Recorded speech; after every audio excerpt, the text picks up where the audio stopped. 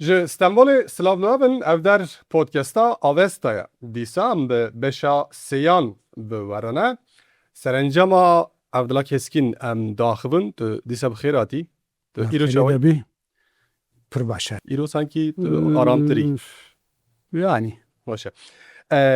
Di beşa çûyî da me got em ê vê beşê da piştî li ser rabûna PKK em ê bisekinin. Lê beriya wê salên lîseyê ne. Di warê xwandinê da çi pirtûk dihatin, pirtûkê Kurdî hebûn yan jî nifşê ve bêhtir li nisêbînê ve çi dixwand? yani hemû encamên xirab ê darbeya leşkerî 1980 medciyana xwe de hîs dikir. Yani ew programê berê de êku min behs kir yani him kitêbên Kurdî û tiştê li ser Kurda bi tu awayî peyda nedibûn ji xwe nemimkin bû meriv bi dizî jî kesî behsa wan nedikir û helbet li ba me ne bi şixwe bi Kurdî yani ji xeynî medrese û derûdorek biçûk de ne jî bi Tirkiyan ji bi zimanekî din tradisyona xwendinê nebû. Yani kesî rê nîşanî me nedida. Yani hûn ê çi bixwînin, çi nexwînin, çawa bixwînin, ji bo çi filan tiştî gereke hûn bixwînin. Yani ev tiştekî pir dijwar bû lê îro dema ku ez lê dinerim ez ê pir kêfxweşim ji vê yekê ji ber ku dikê ku tu bi xwe rêya xwe Bibînî. rêyek ji xwe re çê bikî yani tu bi xwe programa xwe ya xwendinê çê dikî ji ber wê ême her tiştê dihata ber me ez gelek meraktiya xwendinê bûm ji zarokatî ve Têbîreta ji wê demê. meseletey bîra min li bayiyên rojnameya li Hinciya kitêbê Hüseyin Hilmî Işık dihatin firotin gelek erzan bûn wisa me deste dikirin yani mijarê ku ne zarokekê di wê emrî de belkî xwendevanekî têgihiştî jî fam neke û bi tu awayî bala me nedikişandin ama wekku her kitêb ji bo xwendinê ye û ji bo me ye em difikirînin min çend tişt xwendin ama min zêde xwedwan de nedît yani. Piştî wê tê bîra min çîrokên Ezîz Nesîn wekî fasîkul dihatin çapkirin. Di rojname da? Na wekî kovarekê 1, 2, 3, 4 wisa piştre dibûn cîlt yani wî çaxî mesela fasîkul hebû ansiklopedî jî wek fasîkul dihatin firotin mesela min ansiklopedî jî wisa kirî ew çîrokê Ezîz Nesîn 1, 2 zêde jî nedihatin ew jî dibin kontrolê de bû. Tê bîra me heye ez ilk oxilê carekê hey dergisî hebû kovarek magazînê bû min ew kirîm bixore bir mektebê mamosteya me bi ma dît pir xeyîdî min digoye kêfxweş bû yani daye bi dayî mereq hate li ser xwendinê heye te bixwe çûyiye bi xarcika xwe tiştek kiriye falan got çima tu vê dixwînî ev ne li gorî tê yanî hûn hê zarokin zam çune ji min stand çû ser masê wê bixwe dixwend bi wî awayî bû piştre kitapxaneyek mamosteyekî berê mamoste bû ew wî çaxî 1402 digotin ji wê hatibû avêtin wekî qirtasiye kitapxane kitêb jî danîn min care pêşî kitêbê Yaşar Kemal Yılanı Öldürseler mesela Bartık Mince Mehmet û hin tiştê din min li wir dîtin ez her tim diçûm carekê ez çûm min kitêbek Yahya Kemal Bey adlı xwest mamoste yani xwediyê kitapxanê pir hêrs bû yani ez ji piçekî şaşmam yani acaba min qusûrek kir çi kir yani got tu çawa kesekî wisa dixwaze bixwînî yani nizanim kî jî ew merivekî paşverû ye gerîcî ye gerek meriv kesê wisa nexwînê min tu care ferqê wisa nedixistin navbera nivîskar li nisêbînê li pasajekê min ciyek dît tije kitab bû dikanek lêgirtî bû ez çend cara çûm berdevê wê falan carekê me vekirî dît ketin hundir û de dîsa vê carî ji kitêbê ser Îranê ê İslamî û tiştê din û Seyyid Kutub û Muhammed Kutub û kesê wisa bûn ama yani têgihiştinek me bîreweriyek me ku em ferqê bixin nav kitêba de tune bû me çi didît me dixwest em bixwîn me bi hev re sohbet kir çawa bû got tu çima em kes tune li ber vê kitapxanê em bidin te ciyekî ji xwe re peyda bike kitapxane ji fikirîm tu tecrübam tune heye ez li lîse wî çaxî lîseyek bû bawerim مەجیەک دیت وەڵام ئەگرت مە کتێب دانین وەکتب خانە مە کتێبخانە vekir min gelek ji tiştê Elî Şeriatî wî çaxî min xwend İsmet Özel wî çaxî min xwend Sezayî Qarakoç min nas kir Necip Fazıl min xwend lê wî çaxî jî ji min re helbet haya me ji Ehmedê Xanî nebû haya me ji Malayê Dizîrî nebû de ji wan ber de haya me ji Musa Anter û Arjen Arî ji nebû ku mumkin e mala wan em bêjin 200-300 metreya Arjen Arî nêzîkî me bê ez li ber çemê caq bûm lê me şerên Necip Fazıl Çêlêya wî me dixwend digot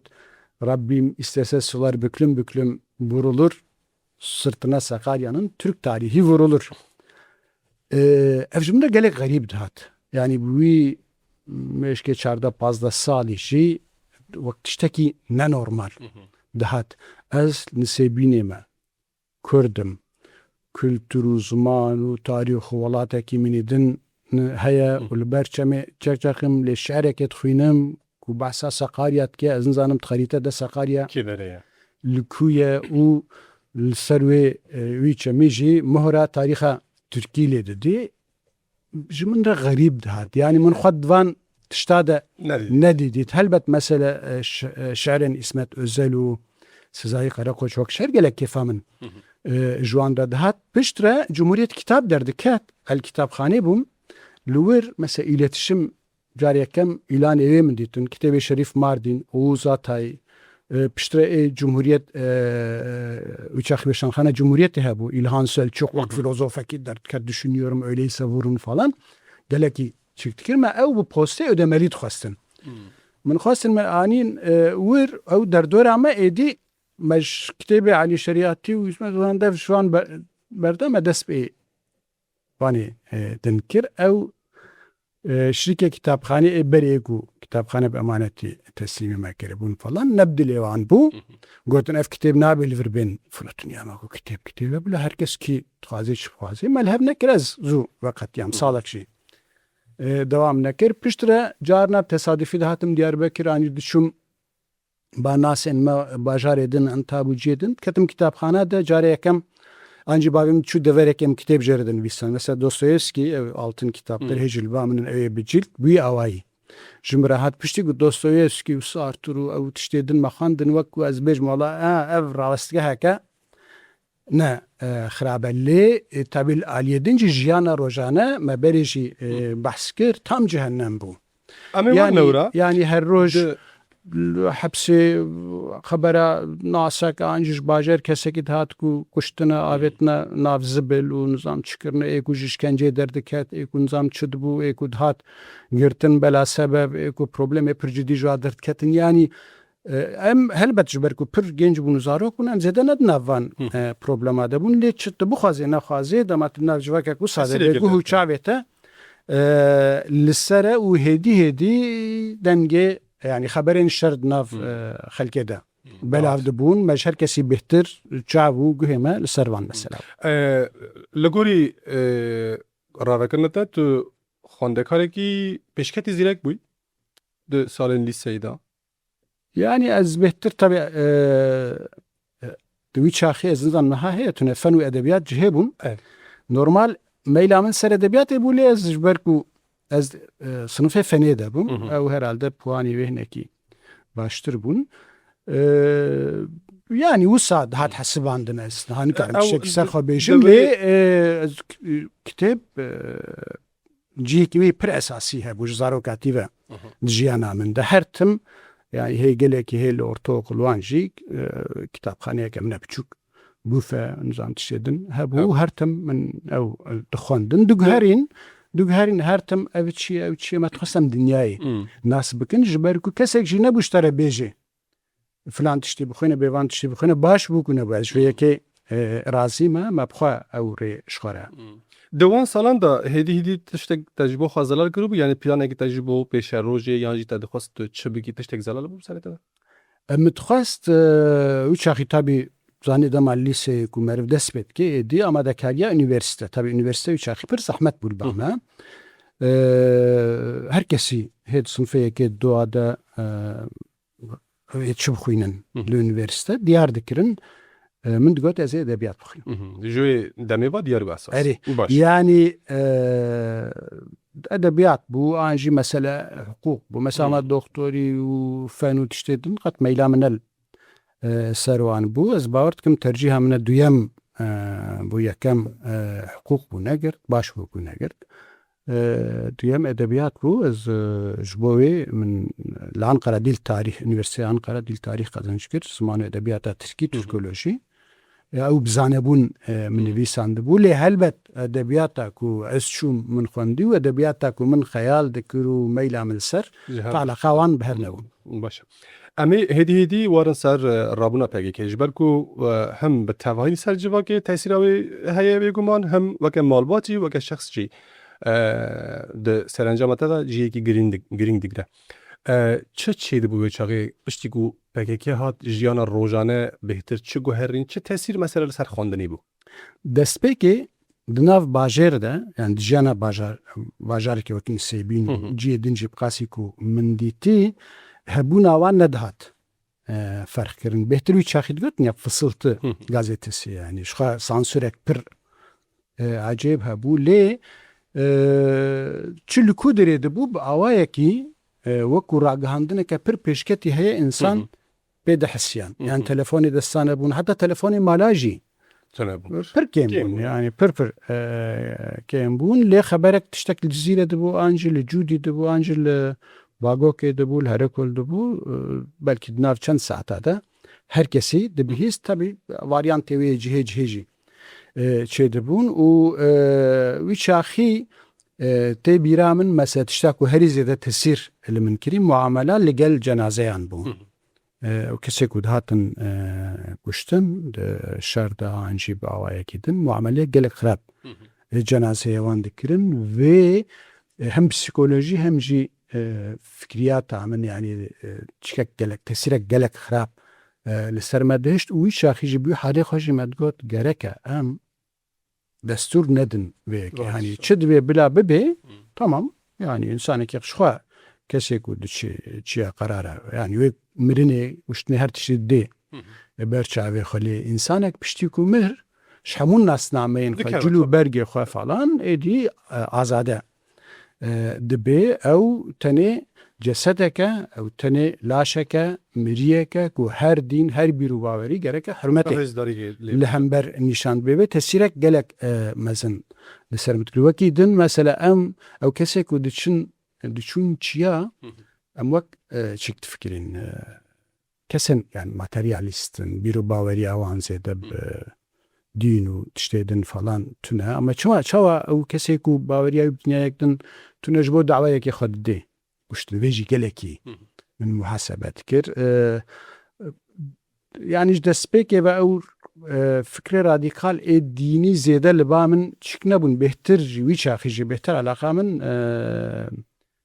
kültüra dînî wek niha jî ew berdewam e dikişand lê min tiştê problemê dînî ne ji kitêbê dijî dîn bêhtir ji Qur'an û Tewrat û ew tiştê wisa jî me dixwendin me gelekî yani fikriyata min li gorî wan çik bû me dît piçekî ez sar bûm tamamen ew defter hate girtin û hêdî êdî me berê xwe dida bi Ankara de ji her roj deverekê kesek dihate kuştin îşkence de jiyê din del deverekê şer derket muameleyek xirab cenazeyê wat dikirin nedihiştin laşiyan bên veşartin di atmosferek wisa de ji bo üniversitem berê xwe de Ankara ji ber ku Nisêbîn navçeyeke piçkî taybet e wekî tê jî behs kirî di warê medyayê de revçû bû rojname yên ez bêjim wê derê hebûn herêmî derdiketin yan jî ji hêla medyayî ve çi geşedanên Kurdan hebûn ez neşaşibim yani tê ev rojnamê ji bo îlana derdikevin tiştê piçûk bo qartmar çapxanî piçûk hene ew jî awayekî resmî ji bo ku ji daîreyên dewletê tişt newîsan lê qet bala me nedikişandin wan yani em tamamen bi her awayî girêdayî medya Tirkiye û bayiyê ku dihat rojname û kovar tiştê ku dihatin bayiye mesela wî çaxî Düşün dergîsî tê bîra min kovarek ne xirab bû hê jî ciltkirî kütüphane me de heye ew tiştê wisa Milliyet Sanat bawer dikim hebû çend tiştê din Cumhuriyet Kitap me listan tamamen yani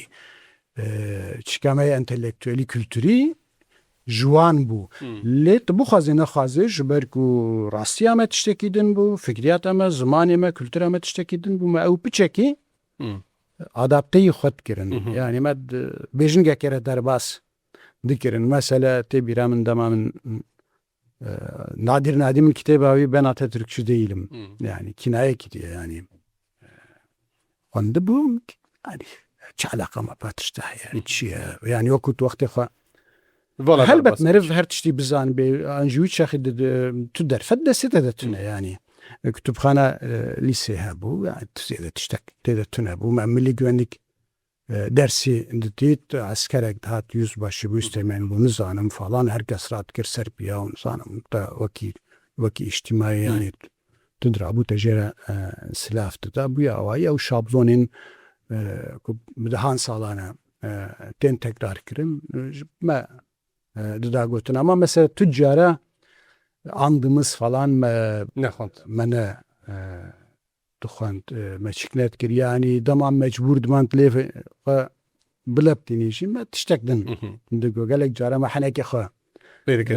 پیتکر استقلال marşı ev beşeviye ma ev nikaşit kirna beyku yani deru dorek siyasi anji kese geçtineke hazır haber tiştek tabii bu mesela kahraman ırkıma bir gül ne bu şiddet bu celal falan ما أو بدرحتي تقول شما إجبات ما تقول إما وإيوانا وكيف أم جبوي خد بيجن يعني ما وسا ما أو در أري ما تقول مفرد كارن بيجن بركو أمنا أون أمجي إخو قهرمان تبينن بي يعني رياكسيونك بر تابعي فكرياتك وسا بريميتيف هبو يعني لدبستان کردی وادکاری قصه بکن یعنی جو قصه بکره چه گواش چی ده بود؟ نه گواشک نبوله زنی خواندکار بگشتیوی چاخی و کتی بیرامن ام بترکیت بیوند نفخرم جیکو کنسی بینه کی جانا روزانه تفده به کردی بو کردی جی یعنی حوالی خامد بیوین لبخاسی کتی بیرام اد بیجم ترکی المکتبه گرانتر بو اما جبرکو ام Elbet emusam de çubu milli güvenlik dersi de kes bunun işte Kürdi ne peyvi ya. Le koridore le derven zantıp hevrep Kürdi peyvi kesi usa tbeje kontrol tkuru nizanım anji vakt nefşe berime ne bu? Yani berime sani yani yek şavalek yürüyor falan havalete her malavan mali acaba malici kontrol kirin li bame mekanizmaya ku saqat yani xwe nedît nizanım ez nizanim derdora me ne bîst de nava hevalên we de derdora we de pir genç diçûn çiya wê demê na ême hê wê prosesê dest pê nekir bû yani heştê û çar zanî şerê çekdarî dest pê kir 4-5 sala heta baş hat bîstin yani salên dest pêkê بو بيجي هيا مرفجي نبو يعني جخال ناف جواكي بلاف نبو بو او مثلا بشتاري بشتيكو ام بشتي بيهتر نفشين بشتي ما چون مثلا جو صنف من اي بري ما انجي بشتي ما كسناي بيرامن كو چوبي ها بلكي سالان بشتره چوبن اما بيجي دمال مكتبي چوبن تشتكو سانه بو يعني جبركو ندهات زانين يعني هو دمتا هيç تشتك دنفيسي جبركو ميلتا جميج واجي مايه تشتك جبي روجياش نمايه ما وكر كسي يعني دوار gazetesi ما çetkir kompozisyonun من هناك مشهور بون قالك ما مستين قام kompozisyonu da Beşir Mevsat Xamilandın o nizamçı falan tabii götünek Atatürk götü ama uşru vetkir yani sen ne tam nayi biramın شكاوى لمن شارك نویساندو د چیکه در لسر دایی بیرتا دموه؟ نه تجبیل نه ترکی بونه تنه الجام تیش تنه؟ نه yani از تشتا باش تفارزم لی او شخوه وی چاخیجی او با من ما تو دی مکتبی او دی چاو بونسان نسبین بشرا هلبت bu bajaragi mezin لی هر جی لسر ریکه دنابیر باشرو باکورده بو چون هاتنا دناب پارچه انده چاو بو چه روجاوا چه باشو چه تاثیر لسر بازی دکر ابقنا جهنگی و yani جوی زاروکاتیه و ئیماژێک gelekî xweş a Kurdistana Rojava serê min de heye. Yek xizmê me nasên me bixwe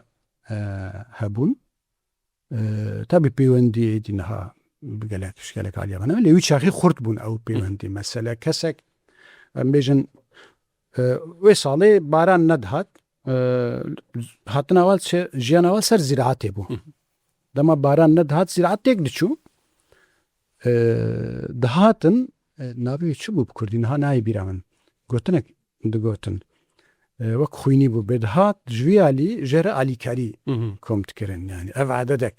ya piştî wê dema cejna di sînor re deriyê ku niha girtiye ev demek dirêj e girtiye dûr re xelk diçû dihat salekê tê bîra min biçûk bûn destûr nedan protestoyek mezin çêbû xelk û esker hatin hemberî hev protesto kirin gevravêtin